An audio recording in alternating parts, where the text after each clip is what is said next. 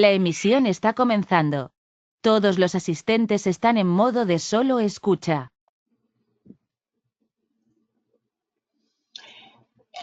Muy buenos días para todos. Bienvenidos a nuestra serie de webinars de Simon Company para Latinoamérica. El día de hoy vamos a hablar sobre desarrollos tecnológicos para control de energía e interconexión de alta velocidad en el data center. Hoy nos acompañarán Cristian Ramírez Montilla, quien es RCDD DCDC por Vixi y además es el Technical Manager para la región andina y nuestro champion de fibra óptica.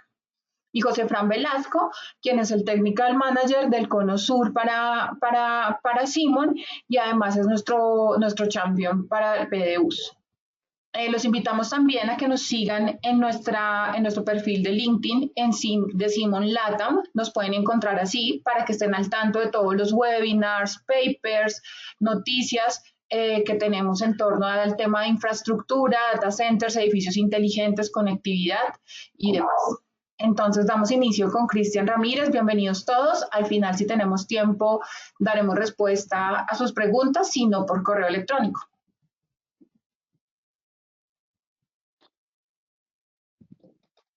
Excelente, Lorena, muchas gracias por la introducción. Muy buenos días a todos y gracias por unirse a este seminario web. Como le explicó Lorena, va a estar dividido en dos partes. La primera parte es la que me corresponde, que es todo lo que tiene que ver con desarrollo frente a la distribución de energía a nivel de rack y gabinete. Y en una segunda parte vamos a conversar, en este caso estará a cargo de José Fran Velasco, sobre todos los desarrollos en cables de interconexión de alta velocidad. Estos son definidos como cables DAC y AOC, cables de conexión directa o cables activos ópticos, que ya más adelante José va a poder ahondar un poco más en detalle. Pero lo interesante es que ambos temas pues tienen un común denominador y tienen un origen y se gestan en el data center. Cuando nosotros empezamos a hablar de los centros de datos, pues cualquier tipo de criterio o componente que se quiera especificar dentro de un proyecto de data center, pues es importante que tenga en cuenta de alguna u otra forma las tendencias. Y hay algunas preguntas que seguramente deberíamos responder, ya que es una industria que está en crecimiento constante. Algunas de esas preguntas quizás podrían llegar a ser de dónde vengo, dónde estoy, a dónde puedo o a dónde quisiera llegar, por ejemplo. Y quizás las siguientes gráficas nos pueden ayudar a estudiarlo dentro de la generalidad. Para empezar, me gustaría entonces que pusiéramos en contexto o que empezáramos hablando sobre este análisis, que es el crecimiento de tráfico global en los data centers, que lo pueden ver en la parte superior de su pantalla. Esta es mostrada a través de una definición que están viendo acá en la parte superior también de la pantalla, que es el CAGR, que esta es la tasa de crecimiento anual compuesto. En este caso es estudiado en los últimos 5 años, desde el 2015 hasta el año 2020, es decir, se toma un promedio de los últimos 5 años y en este caso se atribuye un 27% de la tasa de crecimiento anual compuesto sobre el tráfico global. Esto es específicamente diseñado y desarrollado para los centros de procesamiento de datos. Hay algunas regiones que han mostrado un mayor crecimiento. Es el caso, por ejemplo, del Medio Oriente y de África, que han mostrado un crecimiento del 34%. En la parte derecha de la pantalla, ustedes están viendo ese crecimiento de tráfico global en Latinoamérica, que tiene un conservador 22%, pero con seguridad se explotará en los siguientes 2 años, dadas las nuevas iniciativas que se están desarrollando aquí en esta industria que está siempre en constante crecimiento. Algo que seguramente ustedes estarán preguntándose es si estos estudios pues están siendo atribuidos a los data center, por ejemplo, empresariales, o a los data center edge, o a los data center colo, o a los cloud nube. La realidad es que normalmente este tipo de estudio o este tipo de análisis está reservado a los grandes data centers. Sin embargo, aunque los objetivos de cada uno de ellos son ligeramente distintos, lo que vamos a encontrar es que coinciden en sus criterios de diseño. Y cualquier data center, independientemente de su función o de su funcionalidad, pues persigue como objetivo básico y fundamental la disponibilidad. La disponibilidad entonces sigue siendo ese principal propósito que tienen las infraestructuras de data center y su concepto sigue siendo universal. Pero hay un nuevo elemento, y digo nuevo, hace ya seguramente un par de años, que son los habilitadores de eficiencia. Estos habilitadores de eficiencia energética empiezan a incorporar nuevos conceptos sobre el factor de ocupación en el espacio físico. Empezamos a hablar también, por ejemplo, de la optimización de los costos. Acá hablamos, por ejemplo, del CAPEX, del OPEX. Por supuesto, tenemos que hablar del impacto ambiental. Y cuando hablamos de los data centers, pues están ahí en el ojo del huracán. Es una discusión que ha estado ya durante varios años. Y es que, como seguramente ustedes pudieron escuchar hace unos años en un estudio que se hizo en el 2018, los data centers son una de las principales industrias que están generando dióxido de carbono. Luego, cualquier tipo de estrategia que pudiésemos incorporar definitivamente va a ser muy bien recibida para nuestras futuras generaciones. Luego, aquí encontramos guías, buenas prácticas y mucha documentación que están generando un aporte importante en esa filosofía en la optimización de los recursos de energía. Y hay una organización, la coloqué aquí en la parte de abajo, que se llama Energy Innovation, que se asoció junto con Aspen Global Change Institute, que está realizando paneles de discusión y realiza investigaciones y actualizaciones que son muy interesantes asociados al tema climático y el tema energético. Y una pregunta que quizás es fácil de plantear, pero difícil de responder, es ¿cuál es el uso global de la electricidad en los data centers? Porque si ustedes ven, por ejemplo, la gráfica que está en la parte de arriba, acá pues, encontramos muchas fuentes de información sobre el tráfico global. Si empezamos a analizar la cantidad de datos almacenados, encontramos mucha información. Si queremos buscar, por ejemplo, las tendencias o el crecimiento de la industria de data center, encontramos mucha información, pero el uso de la electricidad en los data centers a nivel global no es una pregunta fácil de responder. Y no es nada fácil porque hay diferentes métodos en donde en cada uno de esos métodos pues es difícil de compilar toda la información y hay varios modelos. Hay un modelo que es muy famoso, que es un modelo que se llama un modelo de arriba hacia abajo o un modelo matemático. Ese modelo matemático lo que hace es tomar como las existencias de los activos de IT, la infraestructura de IT, los equipos, los servidores, los switches, el hardware, ¿sí? Toma toda esa información de los diferentes centros de datos, caracteriza el uso de la energía y lo que hace es llegar a un estimativo de un consumo específico. Hay otro modelo que se llama un modelo de extrapolación. El modelo de extrapolación es un método que lo que hace es tomar los indicadores de crecimiento de diferentes segmentos, por ejemplo, todo lo que tenga que ver con el tráfico que se está generando, los datos almacenados, el crecimiento de la industria, y sobre eso pues atribuye un porcentaje de crecimiento sobre el uso global de la electricidad. Lo que pasa es que para este segundo método, que es el de extrapolación, pues no hay suficiente información, es decir, no hay un punto de partida para poder determinar fácilmente una respuesta.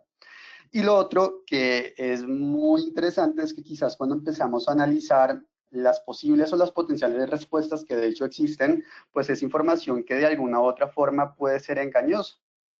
¿Por qué puede ser engañosa? Porque si nosotros analizamos, por ejemplo, el comportamiento en los últimos 5 años, vemos un crecimiento del 27%. Si lo analizamos, por ejemplo, en los últimos 10 años, podemos ver que el tráfico ha crecido 10 veces más, ¿sí? Y si vemos los datos almacenados, podemos hablar que los datos almacenados en los últimos 10 años han crecido 25 veces más. Luego, si lo llevamos, por ejemplo, a un porcentaje del uso de la energía, quizás vamos a tener resultados quizás un poco engañosos, como lo mencioné hace un momento. La realidad es que independientemente, ¿cierto?, de que los servicios y la demanda durante la última década haya incrementado, como lo pudieron ver en la primera gráfica, la realidad es que el consumo de la electricidad no aumentó en esa misma proporción. Y creo que todos ustedes están coincidiendo conmigo que hay algunos efectos que de alguna u otra forma están aportando en esa explicación. Y quizás el primero de ellos es que los activos de IT, los dispositivos que se colocan ahí dentro del data center, son dispositivos que hoy por hoy tienen variables, métricas, características de construcción mucho más eficientes. Cuando estamos hablando, quizás en un segundo lugar, empezamos a hablar que los data centers empiezan a ser data centers virtualizados. ¿Qué significa que un data center sea virtualizado? Es decir, que empieza a apoyar su funcionamiento, sus cargas de trabajo, a través de la virtualización de un servidor, ¿cierto? Y lo que permite es que múltiples aplicaciones se estén ejecutando, por ejemplo, en un mismo chasis, en un mismo equipo. Y quizás en tercer lugar, pues vemos también que algunas aplicaciones o algunas instancias informáticas se están moviendo, en este caso, a centros de datos a la nube. Es decir, a la nube significa que son centros de datos que seguramente también estarán manejando métricas mucho más estrictas de eficiencia. Entonces, quizás este segundo modelo, que es el modelo de extrapolación, pues no nos entrega información tan certera. Por esa razón, a la fecha, lo que les quiero compartir en relación con esa respuesta es que hay dos informes que quizás tienen el respaldo técnico, que tienen el respaldo frente a los insumos, frente a los datos, que puedan quizás acercarnos a esos valores que estamos buscando. El primer reporte es un reporte o informe, es un informe que se culminó, que se entregó y que se masificó hace 9 años. Es un reporte que se entregó en el año 2011 y en este caso se estimó que los centros de datos representan entre el 1.1 y el 1.5% del uso mundial de la electricidad. Ahora, hay un segundo informe que se terminó en el año 2020, que es el que ustedes están viendo en la pantalla, y como son tantos datos los que hay que compilar y que hay que comparar, el estudio determinó el consumo o el uso de la electricidad entre el 2010 y el 2018. Aquí el crecimiento no es en 2 dígitos, acá lo que se determina es que hay un 6% de crecimiento entre el año 2010 y el año 2018. Estamos hablando que el consumo actual global de electricidad en los data centers está alrededor de los 205 teravatios. Pero fíjense que esa misma relación se ve aquí de alguna u otra forma impactada o absorbida a través de todas esas iniciativas que venimos conversando. Esas iniciativas son un concepto general y con seguridad nos interesa también movernos en el concepto particular. Luego, cuando hablamos del concepto particular, hablamos de cómo está distribuida la energía dentro del data center. Luego, el consumo de electricidad desde esa particularidad se ve distribuido en la siguiente torta que ustedes están viendo aquí en la pantalla, en donde quizás tenemos los valores más significativos en todo lo que tenga que ver con provisiones de cooling and power y servidores. Fíjense que es un 43%.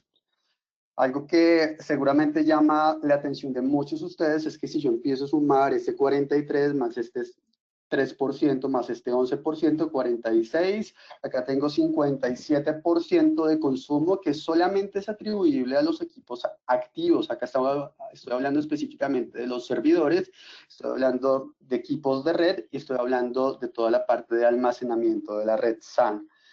Luego, seguramente también estarán concluyendo que normalmente las estrategias tienen que estar siendo ocupadas o dirigidas hacia los elementos que están generando mayor consumo dentro de mi data center.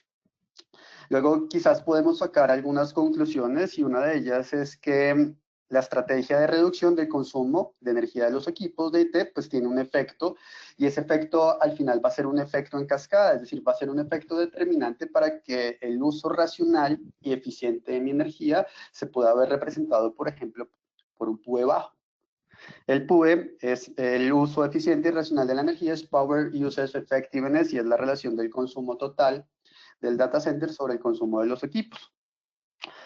Luego, ustedes también quizás pudiesen hacerse algunos planteamientos y cuando estamos desarrollando, por ejemplo, un proyecto de data center es muy importante que tengamos en cuenta la capacidad de cuantificar o proyectar el uso de la energía en el centro de datos y que esto se convierta de alguna u otra forma como una prioridad. Y es una prioridad decir que se establezca una política energética que pueda ser conversada, discutida y muy bien planeada entre el consultor y el usuario final. Por esa razón, pues nosotros como Simon, pues ya desde hace varios años, viendo obviamente todas esas tendencias y viendo la participación importante de la eficiencia dentro de los criterios de diseño de un data center, pues hemos venido ofreciendo soluciones de energía, ¿sí?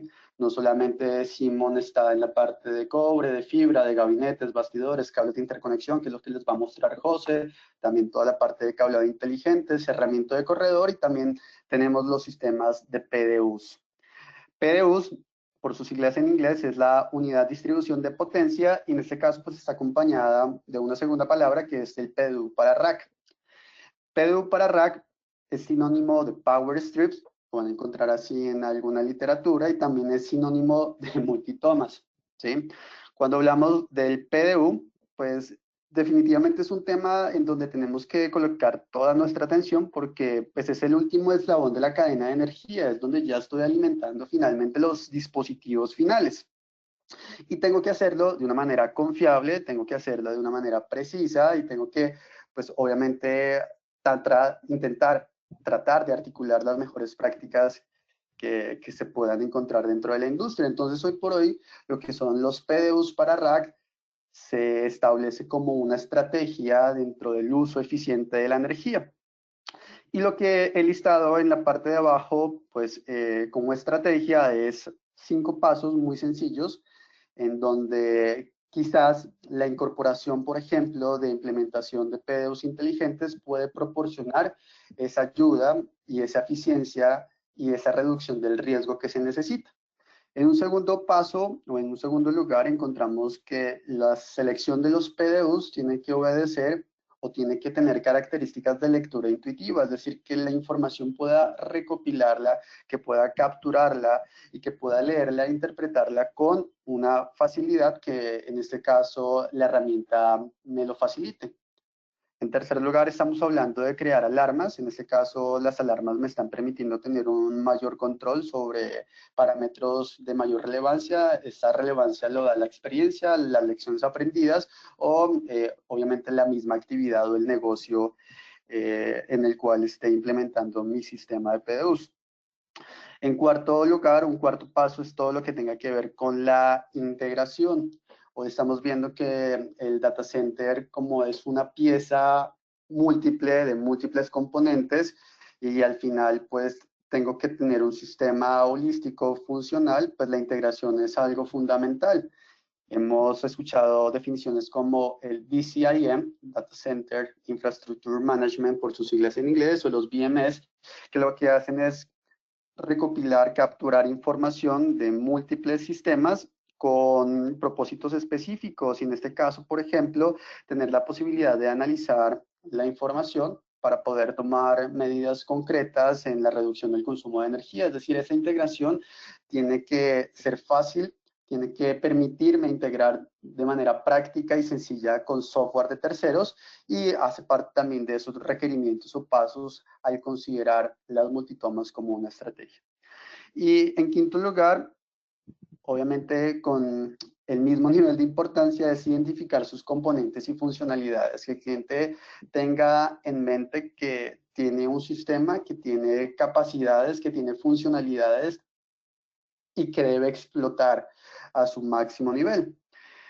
¿Cómo poder identificar sus componentes y funcionalidades? Pues acá hay una breve descripción. Vamos a ver un PDU o una multitoma marca Simon. Acá vamos a encontrar, en primer lugar, un cordón de entrada, también llamado cordón de alimentación. Este cordón normalmente puede ser customizado en varias longitudes. Por defecto, en el caso de Simon, viene con una longitud de 3 metros.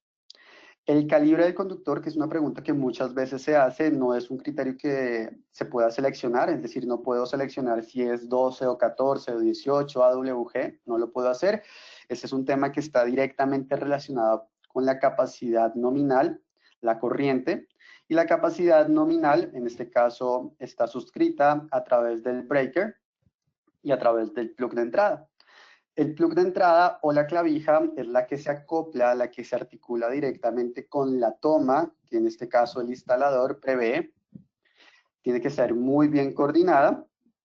Hay de diferentes opciones, ya vamos a ver algunas alternativas. El breaker, en este caso, lo que está haciendo es actuar como un mecanismo de control frente a un circuito o un corto o una falla, por ejemplo, o una cantidad excesiva de corriente. Y pues normalmente la capacidad de corriente del breaker de alimentación del PDU pues está en total coordinación con el circuito de alimentación, que es el que en este caso proporciona el instalador. Dentro de los componentes también está la envolvente del PDU y quiero mencionarlo justamente porque hoy hace parte también de los criterios importantes y es la apariencia física. Hay algunos PDUs en la industria que tienen una pintura porosa, que pareciera como si no hubiese sido bien terminada. Hoy los clientes pues están buscando un estilo algo mucho más estético, más estilizado, entonces la envolvente del PDU también termina de alguna u otra forma pues ese driver o esa apariencia física que muchos usuarios buscan. Encontramos también los receptáculos de salida, en este caso pues son los outlets donde van a ser conectados los dispositivos de IT del cliente y nuestras PDUs vienen acompañados acá, como lo ven en la parte inferior de la pantalla, por un soporte de montaje. Ese soporte de montaje es un soporte que se adapta a la arquitectura de racks de 19 pulgadas. Normalmente cuando yo instalo un soporte de este tipo, el PDU queda mirando hacia la parte interior del gabinete. Si yo quiero, por ejemplo, buscar alternativas, como que las PDUs queden mirando hacia el corredor caliente o que las PDUs, por ejemplo, queden mirándose entre sí, ¿sí? Es decir, que queden mirando el costado del gabinete, pues tenemos también algunos accesorios que pudiesen ayudar en ese desarrollo, en la instalación de soporte de multitomas. Cuando estamos hablando de las PDUs inteligentes, pues acá empezamos a incorporar algunos elementos adicionales. En este caso están viendo un display, todo lo que son las teclas de navegación, el LED de estatus del funcionamiento de los PDUs. Este es un indicador de pulso, que lo que está haciendo es detectar el consumo de energía. Nuestros PDUs detectan kilovatios hora, es decir, yo puedo tener información sobre los kilovatios hora que están siendo consumidos, un botón de reset, un USB que me permite conectar, por ejemplo, un USB dongle para hacer una transferencia de datos y conectarme a internet sin tener que integrar cables, o si los cables ya están siendo ocupados, pues también me da esa facilidad, por ejemplo, de actualizar el firmware si así necesito. En la parte de abajo tengo un puerto para ubicar sensores, ¿cierto? Tengo puertos Ethernet para la conexión remota a red o un puerto serial si quiero tener, por ejemplo, a través de algún tipo de consola, Telnet, etcétera. Acá tengo puertos de entrada y de salida, que estos son configurados como Daisy Chain. Ya más adelante voy a profundizar un poco sobre estos conceptos. Al final, pues lo que yo quiero es que mi PDU no se comporte como un simple producto, sino como un sistema, como una solución. Y cuando empiezo a incorporarle más accesorios, como es el caso, por ejemplo, los sensores de temperatura, humedad, agua, humo, sensores, por ejemplo, de acceso de puerta, pues lo que estoy haciendo es moverme hacia una línea mucho más inteligente. Si me muevo a un segmento más inteligente, pues con seguridad estoy mucho más cercano a asegurar la utilización óptima de la energía. Acá es bien importante también que tengan en mente que cuando se está desarrollando un listado de números de parte, los PDUs ahora hacen parte estratégica de ese listado. Y esto también viene recolectado, recogido a través de múltiples informes. En pantalla están viendo el mercado de los PDUs para rack.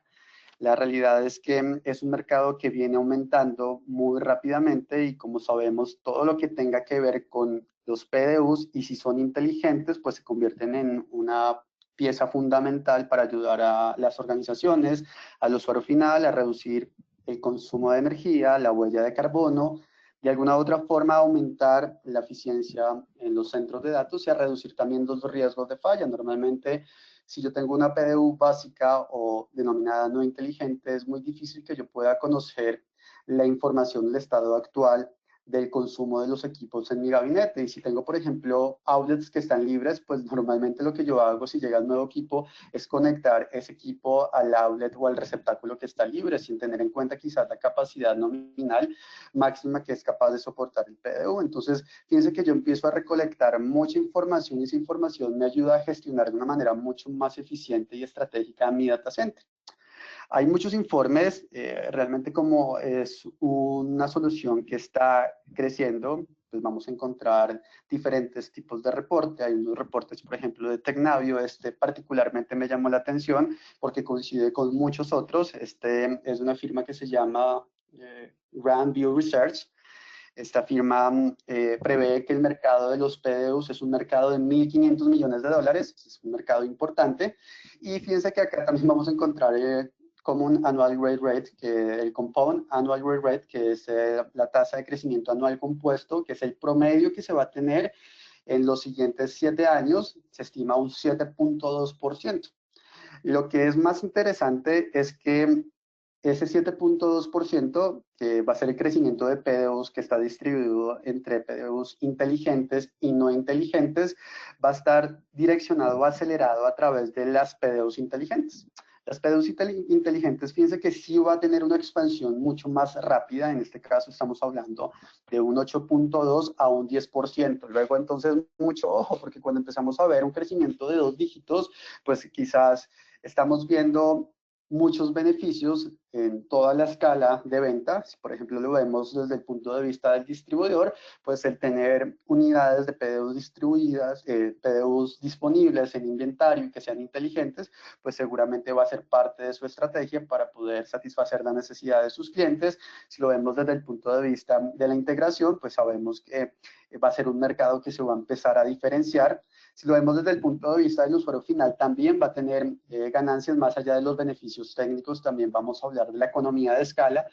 Obviamente este crecimiento tiene un impacto directo en esa economía de escala, que es entre más produzca un bien, pues menos va a ser su valor por unidad, luego pueda tener una factibilidad económica y una accesibilidad mucho mayor, es decir, la competencia va a ser mucho mayor.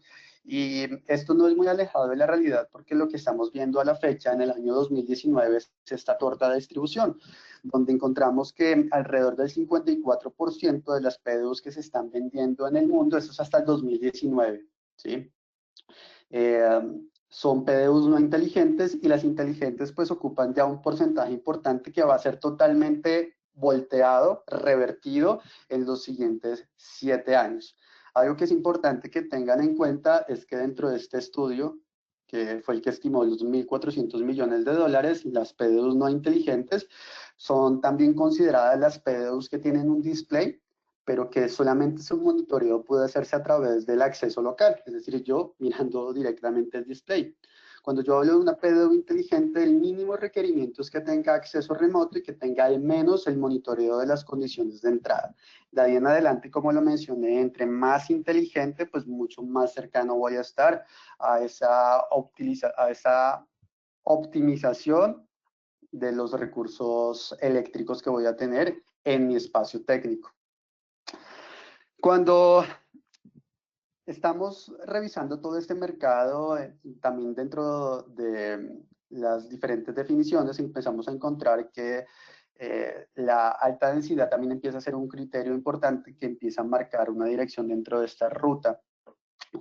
Dentro de los criterios que también se empiezan a discutir cuando estoy seleccionando una PDU, pues es la consideración de la densidad en el rack. Luego, si yo quiero, por ejemplo, o estoy buscando una correcta selección de un PDU, pues tengo que hacer un análisis detallado de múltiples valores. Lo que yo quiero hacer a continuación es mostrarle algunas de las características quizás importantes en el momento de seleccionar un PDU para rack, o una multitoma, o un power strip. Esto seguramente los va a ayudar a que se pueda tener una definición, porque yo normalmente encuentro en algunos pliegos de especificación o en algunas memorias técnicas que normalmente se selecciona un único número de parte. Y ese único número de parte normalmente puede tener problemas porque la infraestructura, los activos de IT que tiene el cliente pueden ser diversos y pueden ser de diferentes tensiones, pueden tener diferentes salidas. Entonces la ingeniería de detalle, pues normalmente lo que me entrega como resultado es tener 2, 3 diferentes números de parte. En primer lugar, para que pueda coincidir la conexión de mi equipo activo con el del PDU. En segundo, para que no tenga tanta energía desperdiciada, ¿sí? Que sería un segundo criterio. En tercero, para que pueda determinar de manera inteligente la ruta de migración, es decir, la escalabilidad que pudiese yo llegar a tener en el gabinete. Y esto es muy importante, porque es que una vez usted seleccione el PDU, usted está asignándole una carga fija máxima al gabinete, es decir, ya está entregando un valor determinante hacia ese gabinete. Para ello, pues me gustaría en este slide empezar a hablar sobre el mercado, porque el mercado de cierta manera nos empieza a entregar algunas pautas, algunas consideraciones sobre las capacidades de los PDUs que se están utilizando, especialmente en este informe, que es un informe desarrollado por AFCON. AFCON es una asociación de la industria de profesionales de centros de datos que revela información para data center empresariales. Esto es bien importante porque normalmente pues encontramos mucha información sobre data center colo, data center hiperescala, pero los data centers locales, los data centers empresariales, los de las universidades, por ejemplo, los data centers de los centros hospitalarios, pues normalmente también pues tienen que ser cuidadosamente planeados y tienen alguna variación dentro de los objetivos de carga, la densidad por gabinete. Entonces, en primer lugar, pues tenemos que hablar que la capacidad del PDU pues dependerá directamente de la sumatoria en kilovatios de los equipos que van a ser hospedados al interior de ese stand, del rack o del gabinete. Cuando empezamos a ver lo que está marcando la industria, lo que nosotros vemos es que la mayor cantidad de usuarios está requiriendo potencias por gabinete, fíjense, entre 4 y 6 kilovatios. Eso es lo que está marcando la industria. Pero esta encuesta, que fue realizada a múltiples usuarios de data center locales, empresariales, pues nos llevaron, yo digo yo, a la buena sorpresa de que empezamos a encontrar realmente densidades mucho más altas, 7 a 10 kilovatios, 11 a 14 kilovatios, estoy hablando del 21 y el 11% respectivamente, entre 15 y 20 kilovatios y entre 20 kilovatios o más de 20 kilovatios el 6%. Cuando entonces yo empiezo a sacar un valor promedio sobre los consumos, las densidades por gabinete, encontramos un promedio o un consumo promedio por gabinete de 8.2 kilovatios, 8.2, 8.1 kilovatios por rack. Esto en comparación, por ejemplo, al informe que esta misma firma AFCON presenta en el año 2019, pues presenta cambios importantes. El año pasado, en el 2019, la densidad por gabinete estaba proyectada en promedio a 7.3, es decir, crecimos más o menos en 1 kilovatio, en 0.9 kilovatios en tan solo un año. Ahora, hay una pregunta que todos seguramente se han hecho y si no se la han hecho, seguramente se la van a hacer si son usuarios y si son consultores o distribuidores, oiga, ¿cuál es el PDU que yo debería dimensionar para mi proyecto, para mi data center? Y la respuesta es muy sencilla, es cualquiera de estas 5 barras. Es decir, yo tengo que dimensionar que la potencia por mi gabinete pues se mantenga basado en lo mismo que tengo actualmente o puedo proyectar un crecimiento importante o un crecimiento significativo o puedo estar hablando que posiblemente decrecí porque seguramente parte de la infraestructura la virtualicé o parte de la infraestructura lo llevé a un data center cloud. Entonces, esto realmente no es una ciencia exacta, esto es arte y ciencia, como yo digo, y la respuesta no la tiene usted, pero sí la tiene la estrategia y la tienen sus equipos activos, sus activos de IT, los activos que tenga dentro de su infraestructura. Lo que nosotros encontramos como Simon, quizás también para poderlos guiar un poco, es que sí, definitivamente en promedio, si estamos hablando, por ejemplo, en data center empresariales, un común denominador que encontramos son potencias por gabinete entre 4 a 6 kilovatios. Normalmente encontramos una media que son 5 kilovatios o 4.9 kilovatios. Si empezamos a hablar de data center colo, empezamos a ver que ellos están empezando a diversificar su portafolio y están empezando a crear estrategias diferentes. Entonces vemos, por ejemplo, salas que han sido creadas solamente para albergar equipos de alta densidad, porque no quieren mezclarlo con los equipos legacy, los convencionales. Es decir, alta densidad ya son equipos mucho más robustos que soportan temperaturas de operación hasta de 32 grados centígrados y en donde estoy empezando a ocupar potencias entre 6 y 9 kilovatios.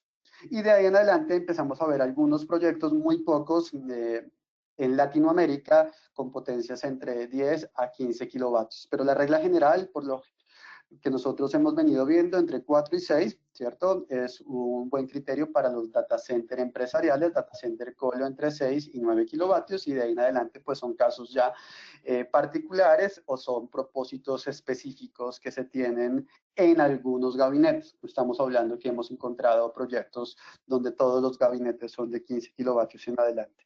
Entonces, por supuesto, pues esto es muy importante quizás para poder empezar a tener una ruta mucho más certera sobre la selección adecuada de los PDUs. Cuando empezamos a ver también la carga, pues también tenemos que empezar a articular otros conceptos, y este es bien interesante y especialmente le va a llamar la atención a todo lo que es Caribe, Centroamérica y región andina, donde típicamente utilizamos estos conectores, estas clavijas de entrada, que son los tipo NEMA. NEMA es una organización, es una asociación ya fundada hace muchos años, en 1926, que traduce National Electrical Manufacturer Association, que es lo que hace es estandarizar, ¿cierto? Conectores y componentes de la asociación eléctrica. Esto normalmente está gestada en los Estados Unidos, pero ha tenido un eco importante en Caribe, Centroamérica, en Colombia, Ecuador, por ejemplo, Venezuela, en donde pues una vez nosotros hayamos definido el tipo o la densidad de carga, pues es importante que empecemos también a definir, por ejemplo, las condiciones que se pueden tener asociados al PDU y asociados a esa densidad previamente seleccionada. Es decir, si yo, por ejemplo, quisiera establecer un rango de potencia entre 4 y 5 kilovatios, que era una media que recién habíamos conversado, pues fíjense que las soluciones monofásicas, que son las que ven como NEMA 515, NEMA 520 o NEMA 530, pues realmente no dan la capacidad para poder distribuir esa cantidad de energía al interior del gabinete. Luego yo ya tengo que empezar a pensar en una estrategia distinta. Entonces seguramente estaré hablando de una solución bifásica, que son las siguientes 3 barras, o una solución trifásica. Si estoy hablando, por ejemplo, de los 5 kilovatios, quizás yo podría centrar mi atención acá en el NEMA 630, que también puede ser acompañada por una L, que es una clavija de tipo lock, que me permite tener una potencia de 4.9 kilovatios. Cuando yo tengo los 4.9 kilovatios, es la capacidad que voy a poder tener disponible. Hay algunos criterios que están asociados en diferentes partes del mundo, y pues es importante que tengamos la posibilidad también de articular esas buenas prácticas. Por ejemplo, en los Estados Unidos, UL define una capacidad de derrateo, pero no en función del producto, sino un factor de diseño que tiene que estar por debajo del 80%. ¿Sí? Pero en algunos países, pues, esos criterios no son tenidos en cuenta, y en este caso, pues, por ejemplo, yo podría colocar una clavija L630 o una L2120 para poder cumplir con ese propósito, y lo siguiente que tendría que definir serían las salidas. Las salidas que típicamente voy a tener en mi infraestructura, pues son salidas que pueden ser de tipo C13, que son este patrón que ustedes están viendo en la parte de arriba. Este es el socket, el receptáculo, el que está en el PDU, y esta es la clavija del equipo, que es de tipo C14. También combinadas con las C19, que son las que están viendo aquí en la parte de abajo de la pantalla, con la clavija de tipo C20. Es lo que normalmente encontramos. Estas pueden ser cableadas 2 fases y una tierra, o fase neutro y tierra. Es decir, si el cliente, por ejemplo, me está diciendo, no, yo definitivamente quiero 5 kilovatios, seguramente yo ya voy a tener que pensar en una clavija de L2120, que son 20 amperios trifásicos, y tengo que asegurarme que la salida de mi equipo sea 120 voltios, porque la distribución trifásica lo que hace es tener, por lo general, y eso es algo que también hay que entrar a valorar, cada una de sus fases está distribuida en 3 bloques distintos. Entonces tengo 3 bloques. Por ejemplo, si tengo una multitoma de 24 salidas, la primera fase está distribuida en los primeros 8 receptáculos, la segunda fase en los segundos 8 receptáculos, y la tercera fase en los terceros receptáculos para completar los 24. Pero si, por ejemplo, voy a utilizar equipos y los equipos dicen tensión de 120, 240 voltios, quiere decir que es multivoltaje, pueden funcionar fase neutro tierra o dos fases y tierra. Esa es la facilidad también que tienen justamente este tipo de salidas, que pueden funcionar a dos fases y tierra o fase neutro y tierra. Para el cono sur, por lo general, las tensiones que se utilizan son tensiones de 230 voltios y al igual, nuevamente, el estándar, la clavija, que puede ser de diferentes opciones de tipo IEC y su corriente, pues determinarán la potencia por gabinete. Luego, esta es una estrategia que tiene que ser muy bien definida porque tengo que articular o balancear muy bien lo que quiero con lo que necesito de reserva y con lo que potencialmente voy a utilizar como energía o no voy a utilizar y que va a ser energía desperdiciada. Aquí también utilizamos como salidas los C13 y los C19. Luego hay una serie de consideraciones y características pues, que hay que tener muy presente. Una de ellas, la están viendo en pantalla, son conexiones internas soldadas, ¿sí? Lo que tienen la mayoría de fabricantes son conexiones, las conexiones internas son de tipo IEC, que significa contacto por el desplazamiento del aislante, es decir, que yo desplazo el aislante, o sea, desplazo el recubrimiento que tiene el cable para poner en contacto directo el cobre con la platina. Pero lo que se hace actualmente es que todas las conexiones internas sean soldadas. Eso tiene pues un impacto directo en la precisión del equipo. Relevadores estándar, reinicio seguro de cargas. Muchas veces cuando se actualiza el firmware de los equipos, se reinicia de manera automática el suministro de energía de los outlets. Entonces, que tenga esos relevadores que permitan mantener la carga siempre estable. Diferentes opciones y accesorios de montaje, certificaciones locales, como es el caso, por ejemplo, de UL, de CE.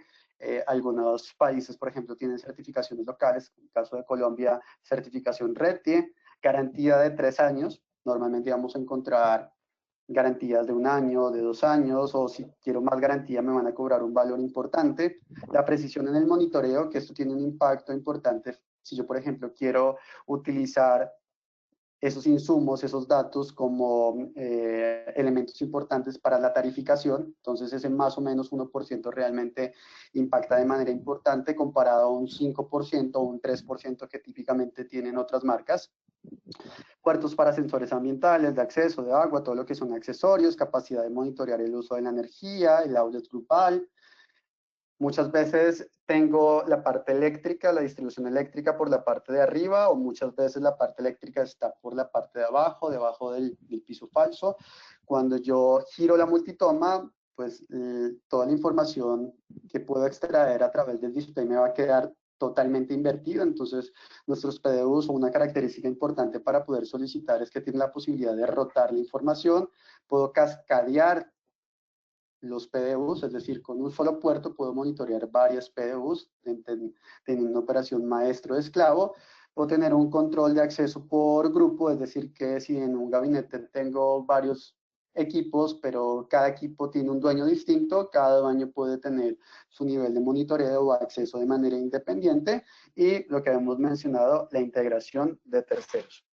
Como el tiempo es corto, hay dos consideraciones adicionales que quisiera mencionar. Una es la topología, y esta tiene que estar muy bien alineada y suscrita a través del objetivo de diseño, del objetivo del uptime que se tenga. Este, por ejemplo, es una opción. Normalmente los equipos hoy ya vienen mínimo con 2 fuentes de alimentación, en donde tengo mi PDU para rack o mi power strip, ¿cierto? En la fuente del equipo A está conectado a la PDU A, y la fuente B del equipo está conectada a la multitoma B. Acá estamos viendo que cuando estamos hablando de data center, por ejemplo, concurrente a fallas o tolerante a fallas o con mantenimiento concurrente, el mantenimiento concurrente no es simplemente una definición, es algo que tiene que ser realmente estudiado y definido.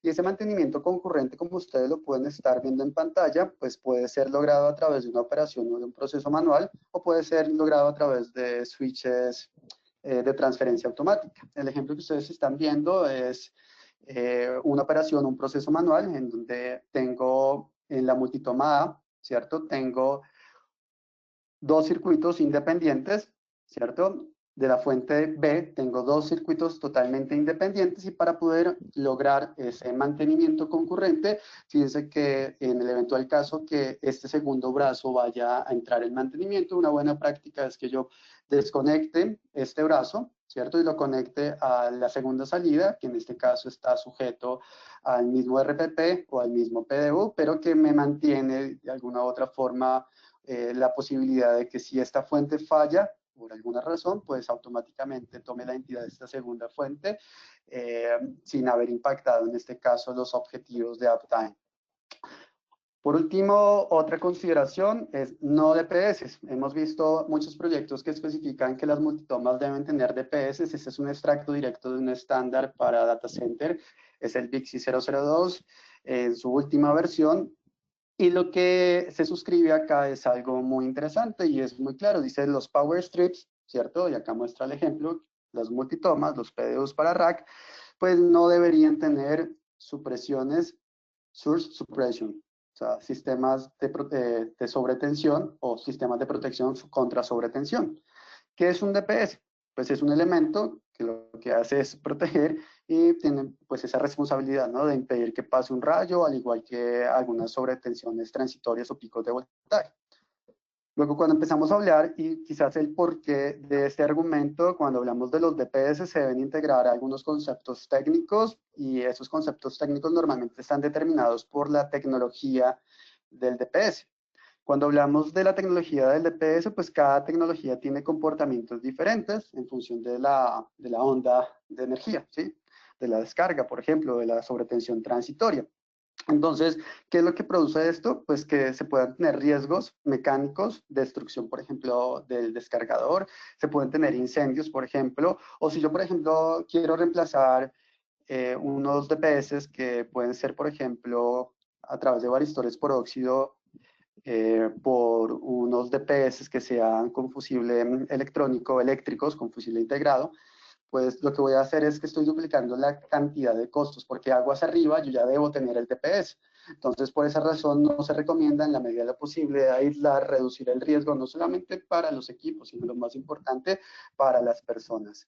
Entonces, múltiples accesorios, información que también ustedes ya pueden encontrar. Esta presentación va a estar disponible. Si ustedes, por ejemplo, ven nuestros PDUs, pues vienen con un accesorio de montaje, ¿cierto?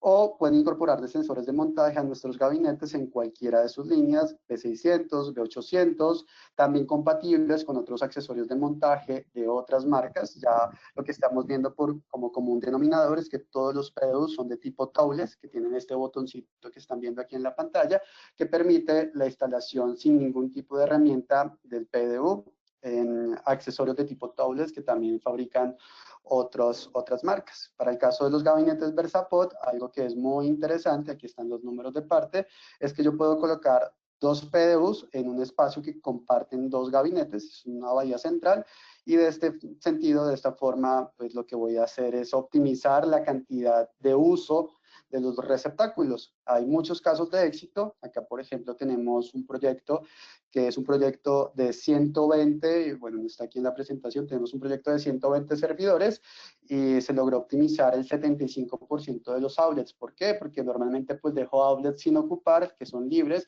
y eso se llama energía retenida, energía que no está siendo utilizada. Luego hay muchas opciones que pueden ser incorporadas, los beneficios realmente pues están. Y si quisiera resumirlo muy rápidamente, es reducción de costos, optimización en la capacidad de carga y apoyar, y esto es muy importante, potenciales problemas, porque estoy estableciendo puntos de referencia. Estas son nuestras series de PDUs, desde las más básicas, ¿cierto? Estas son denominadas PDUs no inteligentes, incluyendo esta que tiene un display local, y de ahí en adelante tenemos la línea monitoreable, la línea Smart, la línea Switched y la línea Managed, donde yo ya tengo control y monitoreo sobre cada receptáculo. Criterios para selección de PDU, hay muchos, estos son quizás algunos que queríamos comentarles. Como Simón, pues tenemos una gran variedad de información que queremos compartir. Muchas veces el tiempo es corto, pero quise entregar esa milla de extra. Espero que la información hasta el momento pues haya sido de su beneficio. Si tienen preguntas, pues al final vamos a intentar resolverlas, o si no, a través de correo. Vamos a continuar con José Fran. José Fran nos hablará un poco sobre las conexiones de interconexión de alta velocidad en cables DAC y cables AOC en los centros de datos. Bueno, muchas gracias por el tiempo y bueno, cualquier cosa nos vemos en unos minutos. José Fran, todo tuyo.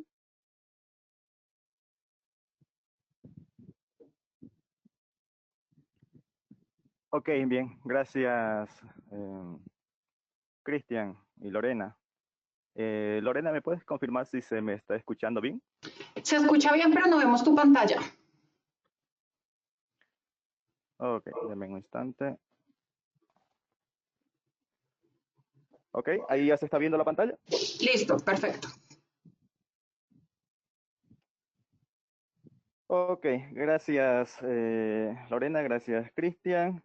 A los asistentes, gracias por haberse tomado el tiempo. Les pido que aguanten la respiración si pueden. Vamos a tratar de enmarcarnos en el tiempo. Entonces, rápidamente vamos a ver cuáles son los equipos y topologías de cableado más habituales en un ambiente de data center. Vamos a analizar las capacidades de transmisión, lo que comúnmente conocemos como las tasas de transferencia, los cuales depende de las distancias y el tipo de medio. El objetivo de la presentación es tener un análisis técnico y económico de este factor en ambientes de data center y relacionados para hacer un uso que sea costo efectivo de este tipo de tecnología.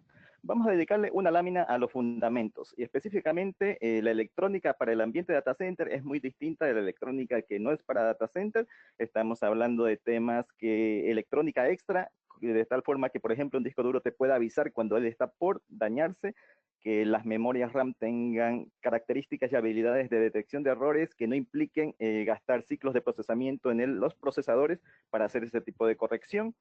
Es una electrónica muy eficiente en el uso de energía. Tomen en cuenta que en el data center no se cuentan por decenas, se cuentan por cientos o por miles la cantidad de procesadores, servidores que normalmente encontramos allí. Entonces es una electrónica bastante específica, muy eficiente en el consumo de energía por las cantidades de dispositivos que encontramos allí. Y obviamente las arquitecturas son muy distintas de los equipos destinados a data center, de aquellos equipos que no están destinados. En la práctica, ¿qué encontramos? Vamos a encontrar servidores, los denominados servidores, los denominados rack server, que son aquellos servidores que van entre una unidad de rack hasta 4 o 6 unidades de rack, dependiendo de la funcionalidad, servidores para aplicaciones o servidores para almacenamiento, como el caso que tenemos acá, un servidor de 24 discos duros en formato mini SAS. Internamente, el tema principal es la redundancia. Vemos acá en la parte posterior de este servidor, tiene al menos 2 fuentes de poder, tiene al menos 3 interfaces de red, una interfase para temas administrativos, la interfase lenta, y tenemos 2 interfaces para tráfico de datos. Tenemos aquí los puertos de expansión, tenemos los puertos de expansión PCI Express, tenemos por este lado las unidades de ventilación, los discos duros, acá no se ven, tenemos la tarjeta para al menos 2 procesadores, los bancos de memoria RAM. Fíjense, al menos tenemos, normalmente soportan en pares o en múltiplos de A2, empezando por los procesadores y las memorias RAM. En este caso, 3x4 12, si instalamos 20 memorias RAM con solo un procesador, es un uso ineficiente de este tipo de sistemas, ¿no? Todo está construido para tener esa funcionalidad de redundancia.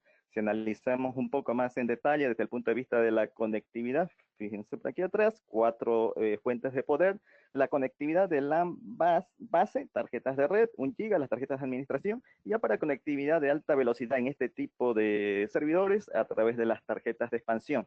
Entonces habilitamos siempre a través de pares de puertos para tener conectividad de alta velocidad, ya sea utilizando fibra o utilizando conexiones de cobre, ¿no? Luego tenemos los servidores de tipo chasis. Cuando en los modelos anteriores en nuestro data center vamos a hacer un uso intensivo, necesitamos gran cantidad de poder de cómputo, de procesamiento, obviamente no vale la pena estar duplicando las fuentes, no vale la pena estar duplicando la ventilación y no vale la pena estar duplicando la conectividad de red. Este tipo de servidores tipo chasis, en el cual podemos insertar las denominadas cuchillas, donde una cuchilla es básicamente el equivalente a una tarjeta madre que tiene capacidad para insertar pares de procesadores y los bancos de memoria, es decir, tanto la parte de energía ya será compartida, la parte de refrigeración y la parte de conectividad de red. Entonces, observen que normalmente un chasis en el fondo tiene como un backplane. En el backplane se insertan las cuchillas y las cuchillas tienen redundancia en conectividad de data, conectividad de red y conectividad de energía. Analizando un poco más en detalle estas cuchillas, fíjense, al menos 2 procesadores, bancos de memoria, al menos un par de discos duros, siempre redundancia, pero solo para arrancar el sistema operativo. Ya luego normalmente la data estará en otro tipo de enclosure, ellos tienen doble conectividad de red de energía y obviamente van a compartir los elementos comunes, energía, ventilación, conectividad. En este caso, hasta 16 cuchillas. Entonces, respecto a la conectividad, tenemos los switches y estos switches internos tendrán N puertos para conectividad externa y tienen puertos internos. Si analizamos en detalle uno de estos chasis, tenemos acá las cuchillas de 1 hasta 14. Esto que vemos aquí arriba representan los switches internos. Entonces, cada cuchilla tendrá doble conexión, una a cada switch interno. Tenemos redundancia y las conexiones hacia el mundo exterior de todo el chasis. También las interfaces de administración, va todo en redundancia. Entonces, típicamente tendremos los servidores tipo rack, entre 1 y 6 unidades de rack para ser instalados, y los servidores tipo chasis con las cuchillas, para hacer un uso eficiente del tema de energía, ventilación y conectividad. En la mayoría de los casos, ahora, si tienen una aplicación específica o tienen un data center ya que van saltando a la siguiente escala, podremos tener aquellas aplicaciones o aquellos servicios o servidores que ocupen todo un gabinete, o como 2 gabinetes, como vemos en la figura. También podemos tener este tipo de servidores tendrán internamente todo lo necesario. Tendremos el procesamiento, el almacenamiento, el disco, la conectividad, y viene todo como una sola unidad, listo para usar. Son aplicaciones muy específicas. También dentro de lo que es conectividad, tanto de energía como de red, ya viene todo prearmado, ¿no? También tenemos temas específicos para el tema de conexiones a nivel de SAN, para la gran capacidad de almacenamiento de datos. En la mayoría de los casos, en este tipo de enclosure, no hay espacio suficiente, ya viene totalmente lleno y no tenemos capacidad para insertar el tema de conectividad de red. Recuerden que en CMON tenemos los componentes o accesorios adecuados para brindar conectividad de red, incluso en este tipo de despliegues. No hay excusa para no cumplir las reglas de cableado estructural. Desde el punto de vista de la conectividad, ese tipo de servidores van a necesitar una conectividad.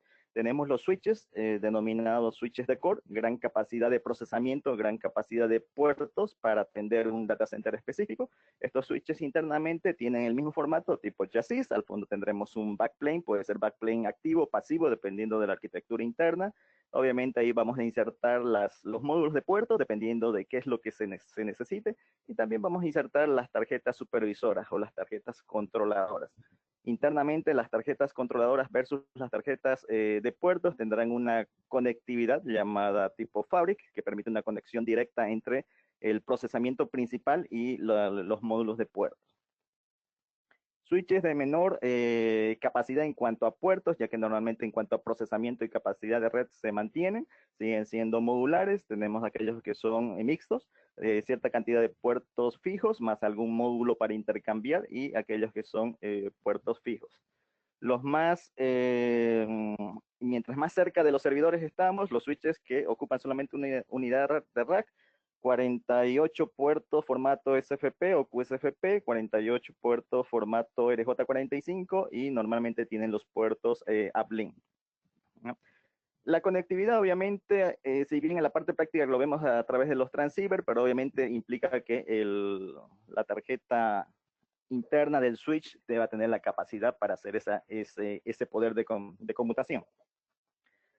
Actualmente a nivel comercial tenemos capacidades de hasta 400 gigas, va a salir transceiver de hasta 800 gigas.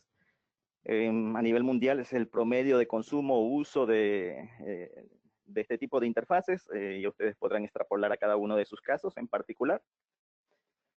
Hablando de la conectividad a nivel de data center, es interesante ver que de todo el tráfico del data center, aproximadamente el 70% es tráfico interno. Es la conversación entre los switches de core, los servidores de aplicación, los servidores de almacenamiento, los servidores de tipo storage, 13% si hay replicación entre el data center y casi un 15% tráfico que va fuera del data center. Es decir, un usuario en el piso 7 del edificio que hace una consulta, generará un select a la base de datos que es atendido por el servidor de aplicación. Hay una conversación bastante pesada internamente en el data center para luego entregar la data procesada hacia el usuario final, ¿ya? Eso hace que en conectividad básicamente tengamos requerimientos que básicamente 10 gigas casi ya no es utilizado para temas de data center. Es usual tener conexiones de 40, que vamos hasta 400 gigas. Obviamente algo que deben tener todos muy en cuenta, que mientras mayor es nuestro requerimiento, nuestra tasa esperada de transmisión, menor es la distancia admisible, utilizando, por ejemplo, formato de fibra tipo OM4. Es algo que en la mayoría de los casos hay que tener bien presente. Entonces, ¿qué tenemos? Vamos a tener nuestros gabinetes donde van a residir nuestros servidores, vamos a tener cierta conectividad cableada a los gabinetes donde van a residir los switches de core. En la práctica, el cableado tiene cierta complejidad, es algo bien específico de ver y analizar. Lo que es necesario también tener en cuenta, en muchos casos vamos a tener un par de gabinetes que pareciera que son gabinetes que pertenecen a la conectividad de LAN, pero son los gabinetes denominados de la SAN. Normalmente residen los switches de SAN, son switches que hablan ambos mundos. Tienen por un lado conectividad a la LAN, pero por otro lado también tienen conectividad interna a la SAN. Estos pueden ser los gabinetes del storage, ¿no? Esa distribución es basada en tipo de fibra. Finalmente vamos a ver que lo que vemos a izquierda a derecha es la misma distribución de gabinetes. La distribución de la derecha es las conexiones de cobre. Es decir, no es usual implementar conexiones de cobre en la SAN, salvo para tareas administrativas. En la práctica podemos tener ese tipo de despliegue dependiendo si armamos un pod pasillo frío caliente. Eso es lo de menos por ahora. Para nuestro análisis, vamos a ver que normalmente vamos a tener dos switches de core de todo el data center. En este caso tenemos 2, 4, 6, 8, 16, 32 gabinetes repartidos en dos pods, dos filas de 8. Entonces, una de las opciones es implementar switches al inicio de cada fila. De esos switches hacemos la conectividad de red a cada uno de los gabinetes donde van a residir los servidores. Entonces, básicamente, el punto de vista, dado un servidor en un gabinete, a cuántos saltos de distancia llega al transceiver del switch que lo va a atender, ¿ya? Obviamente, estos switches luego serán conectados a los switches principales del data center. Este tipo de conectividad se denomina end-of-row. Conectividad end-of-row, en el cual ponemos toda la potencia de conectividad en el switch que está al inicio de la fila. Obviamente hacemos el cableado, llegamos al gabinete de servidores y hacemos la atención directa. Cualquiera de estos servidores está, desde el punto de vista lógico, directamente conectado al switch. Si bien algunos ven este switch que está acá, pero es management, ¿ya? Es el switch para conectar los puertos lentos de los servidores para temas de administración out of band, ¿ya? Luego, la otra opción es desplegar los switches en un gabinete más o menos a la mitad de recorrido y desde ahí hacemos cableado hacia todos los gabinetes, ¿ya? También el cableado hacia los switches principales, y este tipo de conectividad es denominada middle de row.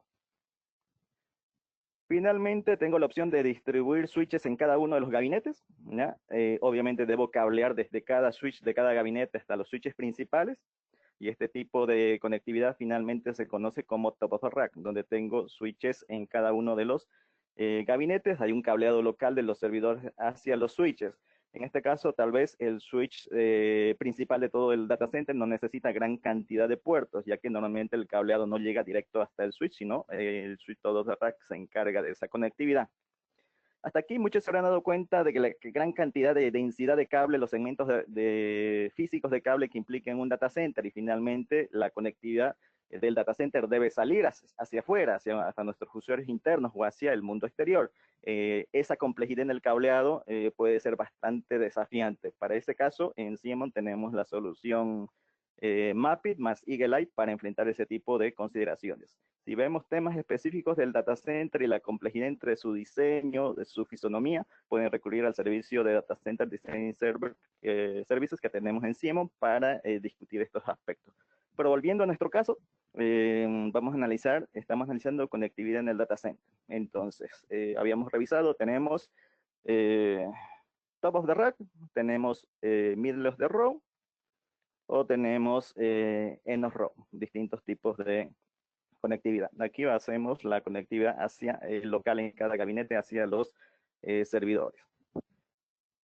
Finalmente, tome en cuenta de mi switch en el end of row voy a destinar 2.5 metros las curvas que debo dar dentro del gabinete hasta salir a la escalerilla. En el otro extremo, 2 metros para, obviamente, si tengo un servidor en la parte inferior del rack, hasta salir a la escalerilla. Entonces luego hacemos el cálculo de las distancias que nos va a tomar avanzar desde el switch, desde el rack donde está el switch hasta cada uno de los racks donde van a estar los servidores y las distancias promedio.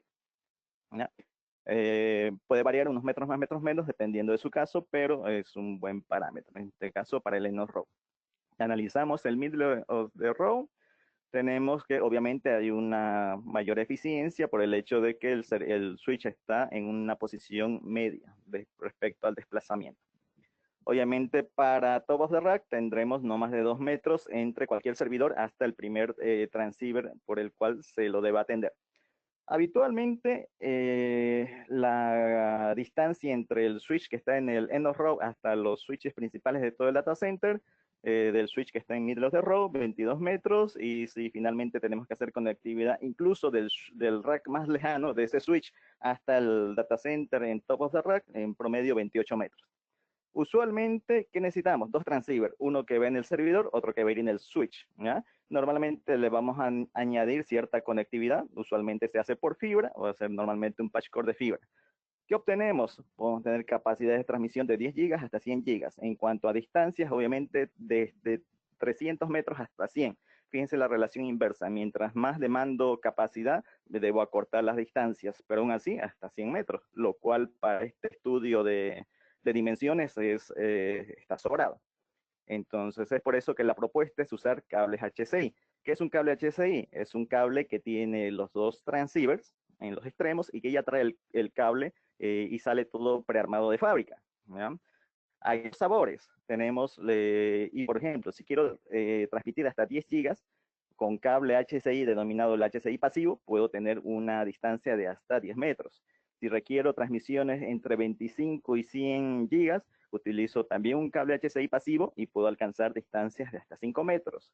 También tenemos la variante de cable HCI activo, que me rinde de 10 a 100 gigas y puedo llegar hasta 100 metros. ¿Y cuál es la diferencia? Recuerden que si utilizo el modelo tradicional, en promedio, este transceiver podrá costar unos $350. Voy a necesitar 2, más el cable. Vamos a suponer que este enlace tiene un costo promedio de $700. ¿Ya? Pero para este estudio de distancias se utiliza un cable denominado HCI pasivo. El costo de este cable es hasta un 40% solamente del valor del enlace tradicional. Si requiere un cable HCI activo, el costo puede ser solo un 70% de un enlace tradicional.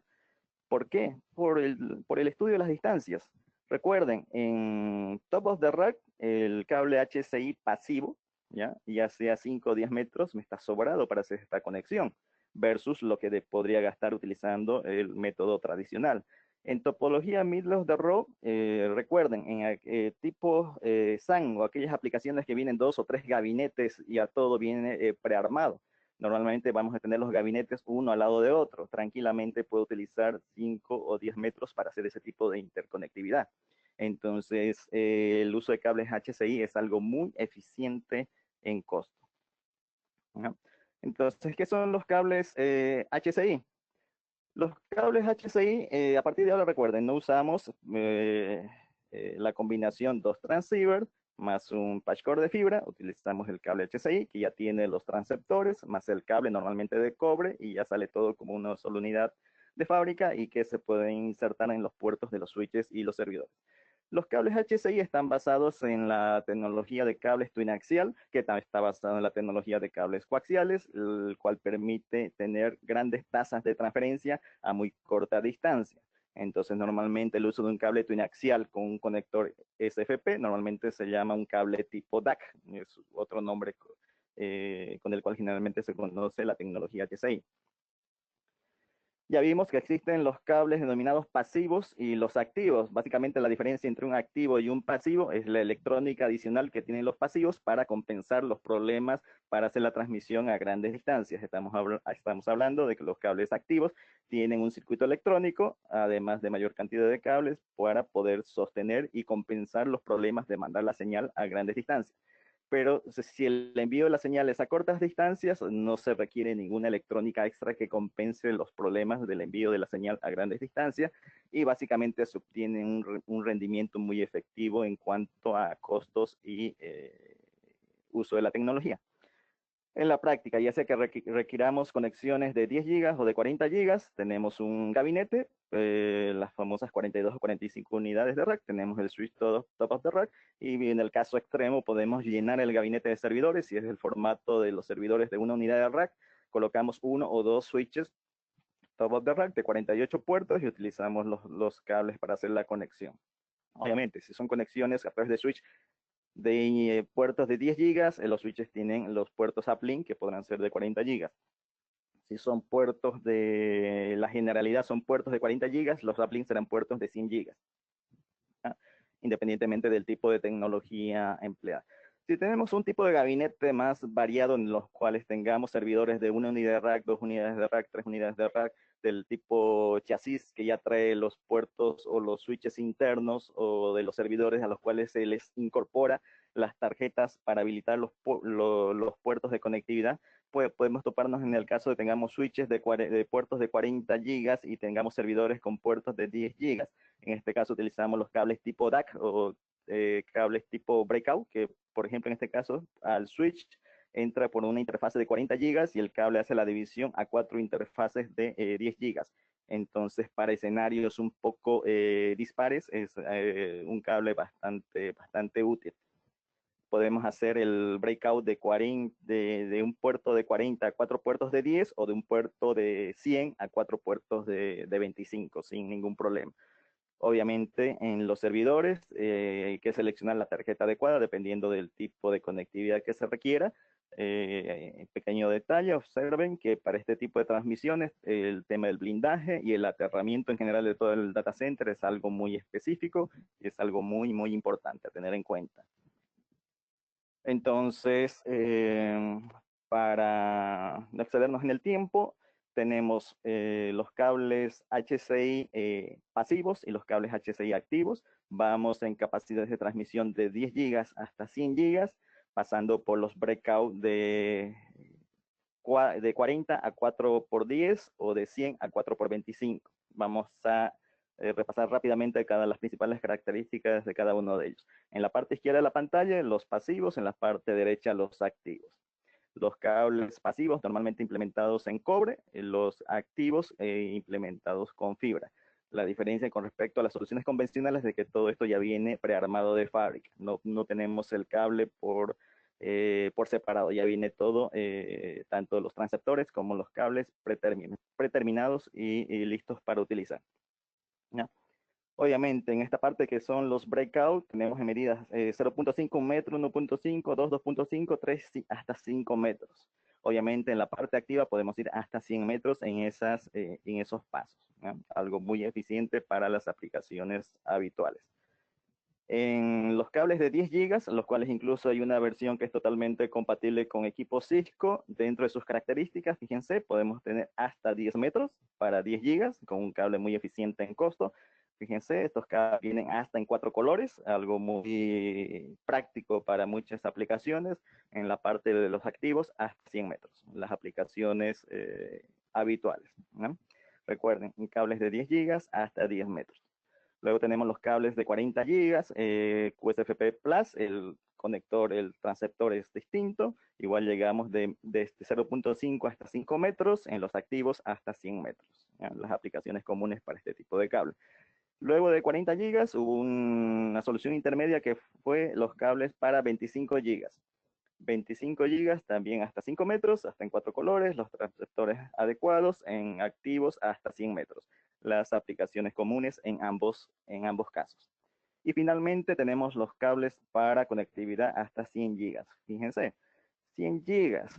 desde medio metro hasta 5 metros en esos pasos. Tener una conectividad de 100 gigas hasta 5 metros con este tipo de cables a un costo muy eficiente respecto a la conectorización normal es algo que si hacen el ejercicio y si ustedes solamente tienen 100 conexiones de este tipo con este tipo de requerimiento, con estos cables, es algo que va a ser extremadamente eficiente en costos, con un rendimiento que es el mismo de utilizar la conectorización tradicional. Todos estos cables están compatibilizados y probados para la mayoría de los fabricantes importantes en el mercado. Bien, hasta acá todo lo que yo tenía para comentarles de una forma rápida. Espero que sea de utilidad para ustedes y si en algún caso tienen alguna duda o desean expandir en la explicación o revisar el tema de las topologías u otras consideraciones, tenemos ahí nuestros datos y le paso el mando a Lorena por si todavía tenemos tiempo para algunas consultas. Muchísimas gracias, José, y gracias a todos por su asistencia. Nos pasamos 16 minutos, pero creo que valió la pena, ya que este tema en verdad es bastante valioso para lo que significa el centro de datos. Les vamos a mandar la grabación y las preguntas las vamos a contestar por correo electrónico. Muchísimas gracias a todos por su asistencia. Gracias, José, gracias, Cristian. Y bueno, nos vemos en julio para el próximo webinar al que les estará llegando la información. Gracias, Lorena. Feliz día para todos. Gracias, José. Chao.